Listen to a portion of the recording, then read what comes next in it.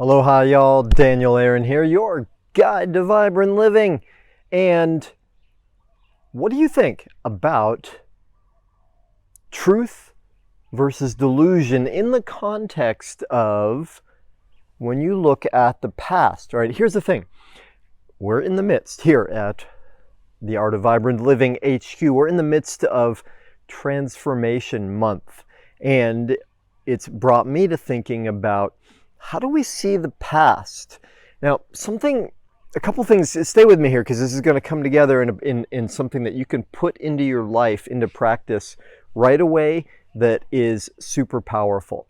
Now, Neville Goddard, one of my favorite teachers, authors in terms of, I don't call it the law of attraction, how to manifest, how to create using imaginal acts. Brilliant man.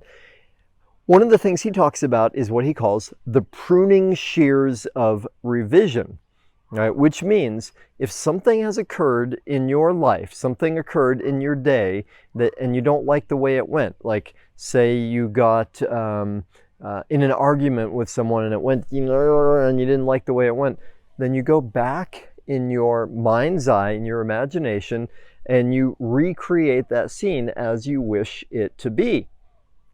Why would you do that? Well, we'll leave that aside for a minute because he's got his own perspective on it. Many years ago, I was dating a woman who was into Scientology. I didn't really know anything about Scientology at the time. She'd shared with me some of the things that Warner Earhart had said. Warner Earhart, yeah. No, not Warner Earhart. I'm forgetting his name now, the Scientology dude. You know who I mean. Anyway, and some of what he said was really brilliant. And one of them, about this practice that they did and she created, was that if you ever kind of mindlessly hurt yourself, like stubbing a toe, right, or bending over and hitting your head on something. I do these things periodically, right? She said, and she got from Scientology, almost got his name back. Anyway, it'll come. That what you do is you rewind and you go back to the moment just before you stub your toe or hit your head or whatever it was, and then replay it in slow motion up to the point where you hit that thing. And they promised, the healing will happen much faster if you do that. Now, I took that as like, that's interesting. I'll try it out. Let's see. And I found it to be useful in my life, right? Can't really compare. Don't know if things healed faster, though it seemed like it was working. And now, through my own research, practice, development, working with, hundreds of clients, I've come to the point of realizing, well, part of what that is whatever happened in the past is what happened. What's important going forward is not so much what actually happened. More important is our interpretation of it, the energetic imprint that we hold in ourselves from it, the pattern, the vibration of it, right?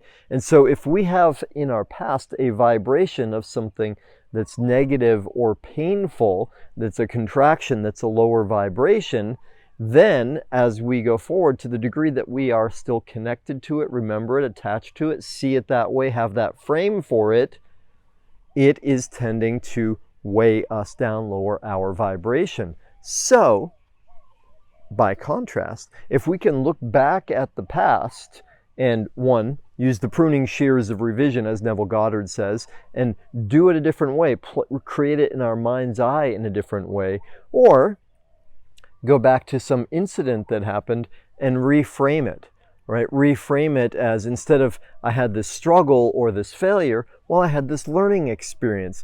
I got insight for the next time. Or, I thought that this thing happened, but maybe actually that was for something better to happen in the future, without going into detail on it now in this short video. Hopefully you got the idea of what I'm speaking of. And last thing I'll say on this to bring it all together, there is a debate in psychology and humanity about realism compared to optimism.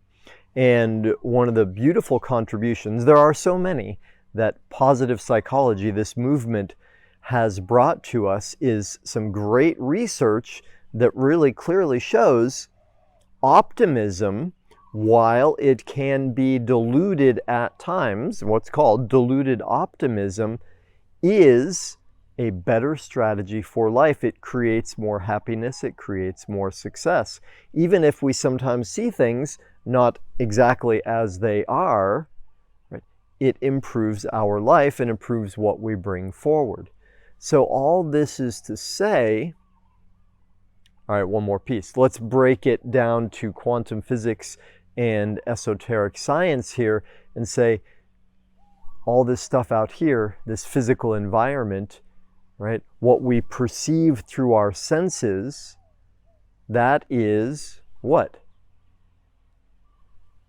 Illusion, right? That is Maya. That is the result, the outpicturing, the effect of our thoughts and beliefs. So always we do well to go to the cause or the effect. Of course, to go to the cause, to go upstream, to go to what it is that's bringing this about. And so, as Jim Rohn said, we have to be very careful about guarding the gates of our own mind, or guarding the gates of our own consciousness, our own vibration.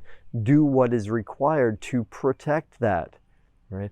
Abraham Hicks talks about, well, find your way into the vortex. Find your way into feeling good. What's the next higher vibration thought, feeling that you can create?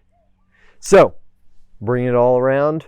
What could you go back to, revise, use the pruning shears of revision, reframe, and then when you do that, be curious about what futures you are uplifting. All right, y'all, I hope that is interesting, useful, helpful. Thank you so much for tuning in and for being dedicated to the art of vibrant living. Aloha.